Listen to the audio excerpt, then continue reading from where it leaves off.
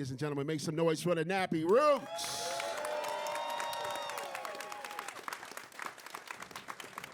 What's up, y'all? What up, dog? It's good. Thank y'all for being here. We appreciate you. Thanks for having us. Comfortable. If you could, please, for our audience, because we are streaming online on our Instagram at the Drop 303, introduce yourselves so everybody out there know who you are. Yo, let me start this thing off. It's your homeboy Ron Clutch of the world famous Nappy Roots. Denver, what up, though? What up, y'all? Happy to be here. I'm Fish Scales, 1/4 the Nappy Roots. Thank y'all.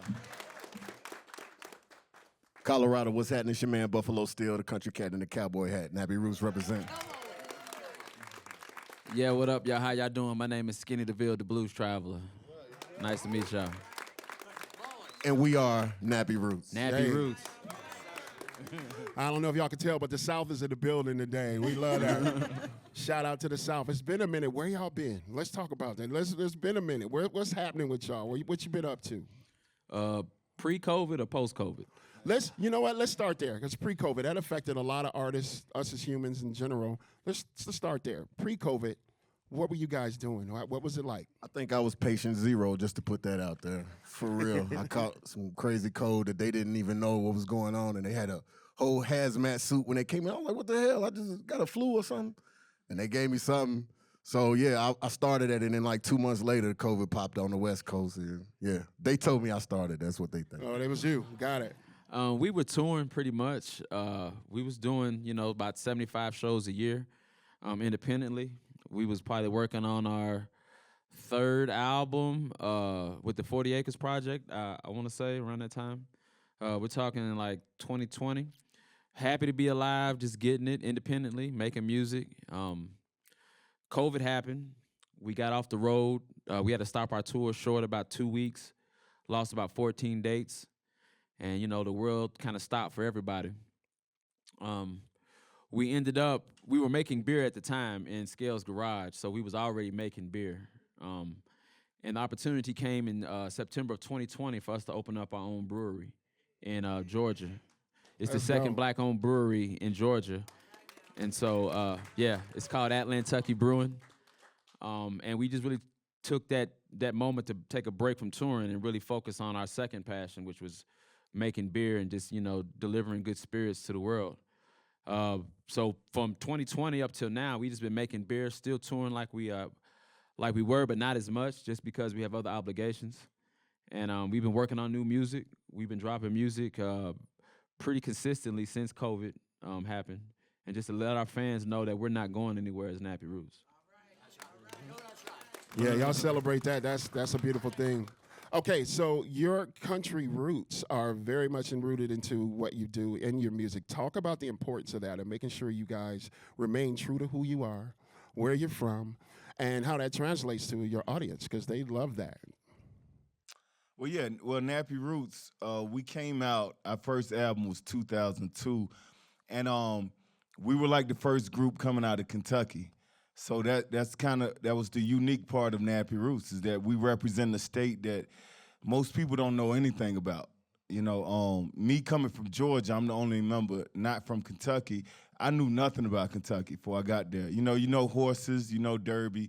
So, and now Nappy Roots. A lot of people relate. You can't mention Kentucky without Nappy Roots. And we've always felt like it's our job to tell the world about Kentucky. It's more than just horses.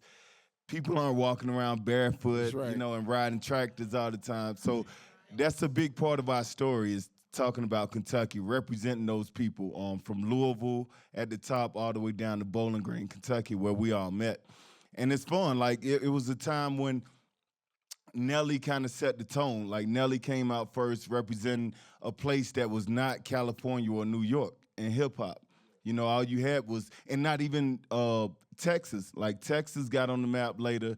So Nelly came and introduced the world to Missouri. Bubba Sparks came and told you about the sticks of Georgia. Petey Pablo came and told you about North Carolina.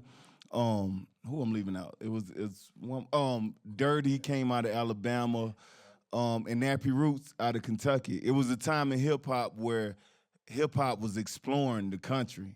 and it was our job. We were the pioneers to tell you about Kentucky, and that's something we still do to this day.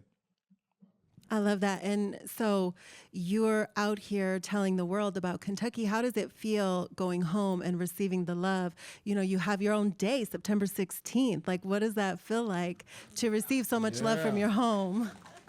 You hyped me up with that one. Man, it's a surreal feeling, honestly. You know, each year we celebrate it, it's still like, okay, we got a day in Kentucky.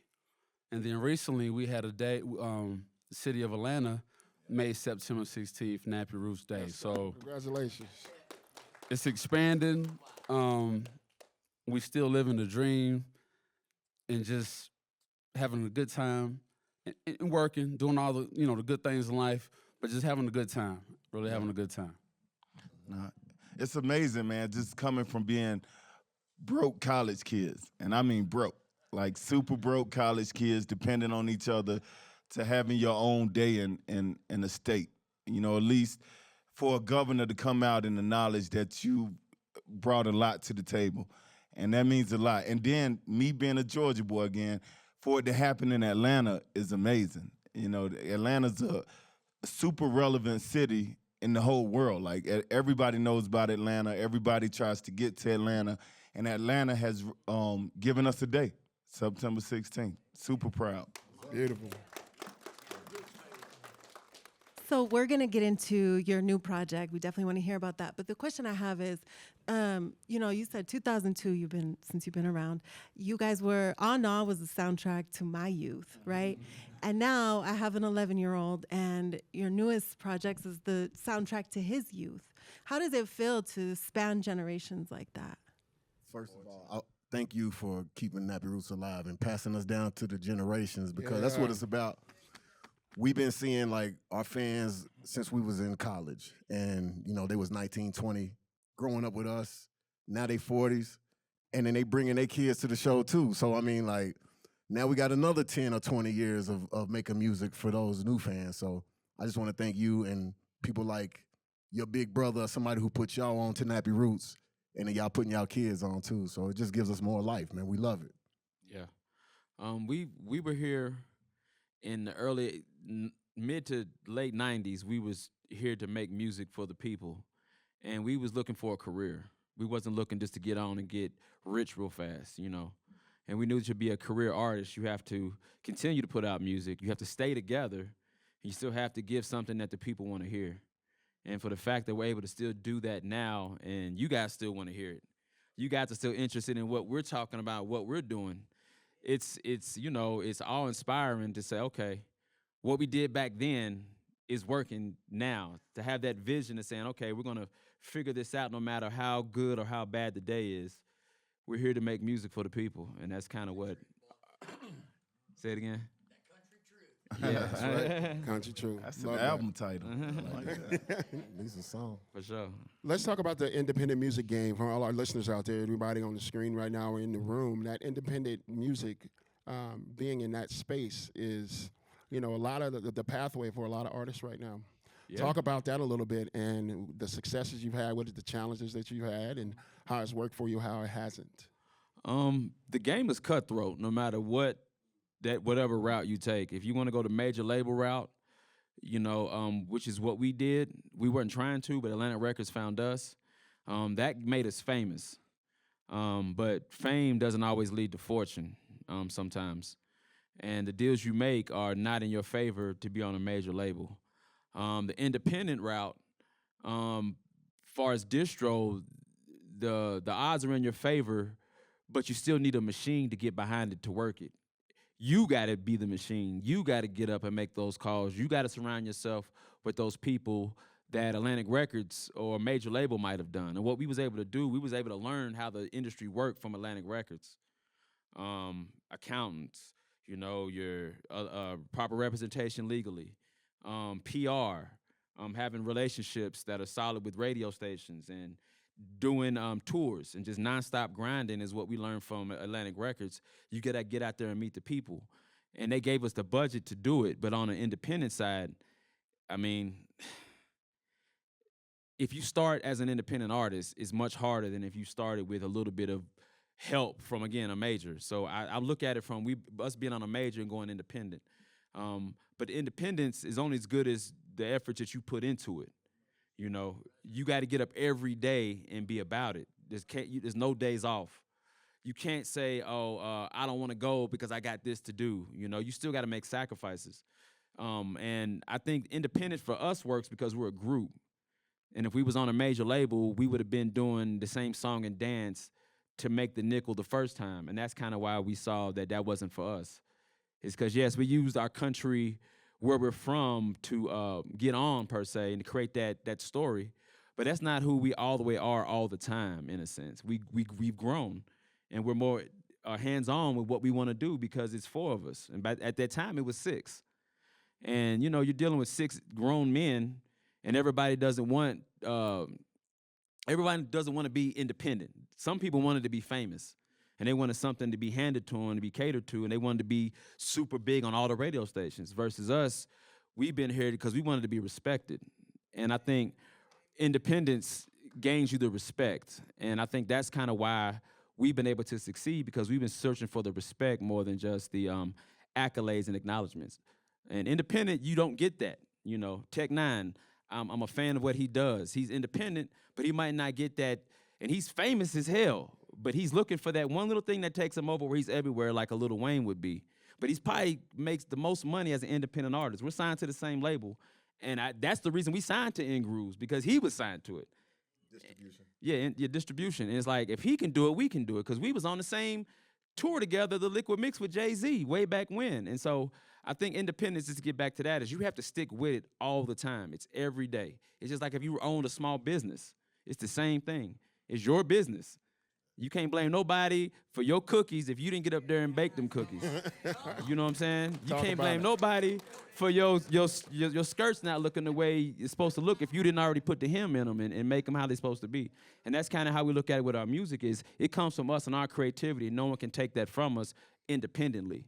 A major gonna throw a lot of money and say, well, we gave you the money, you need to do it like we told you to do it. And it's like, no, this is what I believe it should be and how it should look. And that's, again, why we're here today, is because we saw what could have happened if we was just chasing a hit that they wanted us to make every time. I love that hustle, man. And speaking of that hustle, see, we're a public media radio station, right? So the community supports us. Like, we do this for them. We can't do this without them. And so that grind, that hustle, thank y'all for that support. And that's why we're able to do some events like this where you get to be up close and personal and talk to the people about that. And that hustle, a part of that independent game, or going to radio stations and meeting the people, talk about that. That's super important. I know that's part of the game in general, but on this a smaller level, I guess you should say, it's not major, it means a lot to us. Talk about what it means to you to be up close and personal with your fans that love you. What's so unique about Nappy Roots is that we started on campus. So we was fortunate enough to be at a place and a time where we had our own record store right across the street from campus. Like, literally, the only thing separating ETs, that was the name of the record store, Everything's Tight. The only thing separating that from campus was railroad tracks. So we was getting the benefit, of not being on campus, but still getting the campus crowd. But we had a record store on one side, and we had the studio on the other side. And then we ended up purchasing recording equipment, CD burners, and we done it old school.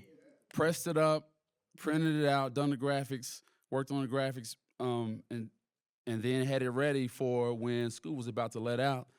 When school was about to let out, because we knew everybody was from a different spot in the world, going to Western Kentucky University in Bowling Green, Kentucky. So we made sure we had to get it in their hands before school let out, and they go back to Florida, Wisconsin, Cali, Texas. So that gave us, that prepared us for this independent grind, going from independent to major label, back to independent. We even had a radio station on campus. So we had it all, basically. We had a merch department, quote unquote.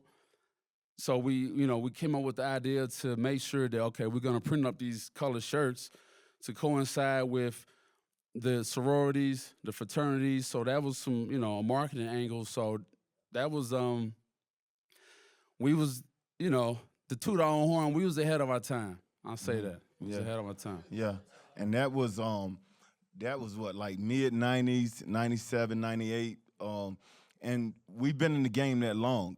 So it's like to see people here, to listen to Nappy Roots, to hang out with Nappy Roots.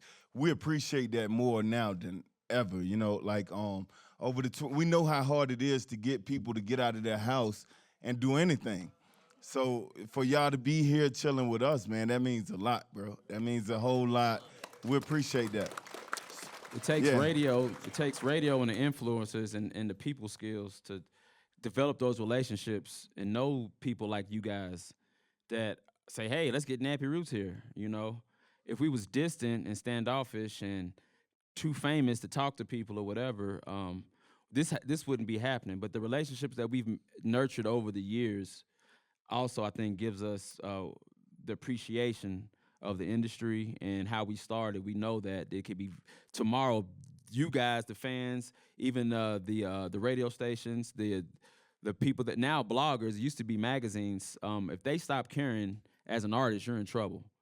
So you got to make sure that you nurture those relationships and treat people with kindness, fairness, and as you want to be treated. You know, because and even as an artist, who you meet on the way up is the same people you meet on the way down. And we've been very mindful of that, you know, because sometimes you get too big. You know, a humble pie will be served to you and bring you back down. And you just got to have an appetite for, you know, your hunger, but, you know, you're going to eat a slice of humble pie every now and then. Yeah, and you know, Nappy Roots, if y'all didn't know, our biggest fans know, like, we the last ones in the club. Like, y'all'll be gone after the show, and Nappy Roots is still out there hanging out with the fans. So we've always been of the people, man. All right, so speaking of the people, we had our lovely audience write down some questions for you guys. So we're gonna ask you from their own words what they wanna know. So the first question is, what do y'all do in your downtime as a family or a group? Make beer I was finna say drink beer. and drink beer. We're some Make beer and drink drinkers. We some big beer drinkers. Two of us are in Atlanta. Two of us are in Louisville. Me and Skinny on the end. We're in Atlanta making beer on a daily basis. Clutch and Steel, they're in Louisville representing Nappy Roots, doing all kind of stuff. I'll let them tell you. But we downtime. Like our life is downtime, man. We always in chill mode. We always relaxing. Fortunately, because you know that's the life we kind of built for ourselves. You know, we work for ourselves, so we kind of move at our own pace. So you know, I play video games. I chill. NBA. I'm a big NBA fan, so I watch a lot of games, a lot of sports, and when in Hawks Rome. fan. Okay, when in Rome. All right. I'm a Hawks fan though. But yeah, that man, I love just meeting people, being at Atlantucky, our brewery. That's my downtime. Okay, what song do you listen to that brings you joy? From Nappy Roots or just anybody? Anything. It could be Nappy Roots. I mean, that's a very open. Yeah. I'm sure wide each one of us swath has a different answer. Yeah. Right now, what's your song now? My favorite song from Nappy Roots is Home Fried. Right now. And then just anybody, I would say anything from Stevie Wonder probably would, you know, get me to where I need to be in life. Yeah. What song? If it came on right now, you're like, everybody stop! I gotta hear this song. One of those. From Stevie Wonder? Or any song. If it's like, when I hear this song, All right, Glorilla. I fuck with Glow. My homies be joking on it too, though. I fuck with Glow. Get 'em, hard. Glow. Let Her Cook is a tough record. Man, everything she's doing is hot right now. I commend that lady. She's from Memphis. She's from the South, but her voice is so unique. Yeah. And just her whole team, how she's rocking, how she started. I appreciate that as a fan of music still. Yeah. I like, you know, her last album and then one she just put out her projects are really solid, man. So I appreciate it. And shout out to the ladies in the rap game right now. They really holding it down. So, you know, fellas, you know, it was a time when it was just like, nah, we just only listening to the male rappers, but you know, and then you had your few to sprinkled in, you know, the MC Lights and Latifahs and all that. But Now it's just like the ladies is holding the game down. So, yeah. All right, let me ask one. Who were your biggest influencers inspiring your journey? Man, I became a hip hop fan in like 82, 83. I remember hearing Rapping Duke on the radio. I'm telling my age. Chubb Rock, Big Daddy Kane, Ice-T, Dana Dane, Slick Rick, LL Cool J. And then when they had, I was in middle school and we had, it was Music Wednesday. I don't know if it was Wednesday or Thursday, I don't remember. But we got to bring in a tape, actual tape to play. And I went to Target and bought Easy Does It, the clean version. It was the clean version. To where the artist went in and redone like hooks and replaced curse words with, with suitable words, radio words. And the class was like, man, you can't play that, you can't play that. I was like, I got the clean version. So my influences go way, way back, but Tupac for me was, I know he's a lot of people's favorite. Tupac, Ice Cube, Ice-T. It's just, yeah, those 3 or 4, Rakim, legends, yeah, the legends. And of course the Nas's and the Jay-Z's, Scarface, Ghetto Boys. Y'all want to add to that? Outkast. Y'all thinking about it? Y'all want to add? I mean, Outkast, go Goody on and on. Mob, for sure. South. Yeah. South got something to say, Yeah. right? One more before we get to y'all, real quick. What is the best advice that you have ever been given? About what? Marriage, kids, not giving up, I guess that is open-ended. smoking weed, Well, like what?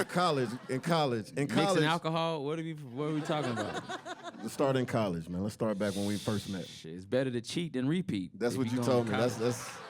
I always remember that quote from There Skip. it is. Man, who wants to take a class twice? You have a little cheat sheet. You studied, but just in case you forget. Ain't no sense me and my good hard-earned money going down the drain because I failed the class, which I did. I was a 7-year senior. But I was just waiting on my time to get out of, for the Nappy Roots thing to take off. I was eating off the residuals for a while. But college, that's one advice. Give me something else. Another one in college was, let me get this right. Beer before liquor, never sicker. Yeah. Liquor before beer, in the clear. Yeah. I don't think that works, though. Man. I don't think it's true. It all ends done it bad, both man. ways. Coming from It's beer just how makers. fast do you want the train wreck to That's happen? right. You got any advice? That you've heard? I said best. The best person to take care of the old me is the younger me. Woo. That's a I bar. learned that one recently. That's a bar. Okay. You got one? Okay, so I'm just gonna give some general advice. If you can't always make the right decision, but you can make the decision right. So whatever Wow. path you take, figure out a way to make it back on path and make it work. So Wow. Ladies and gentlemen, y'all make some noise for the Nappy Roots. Thank y'all.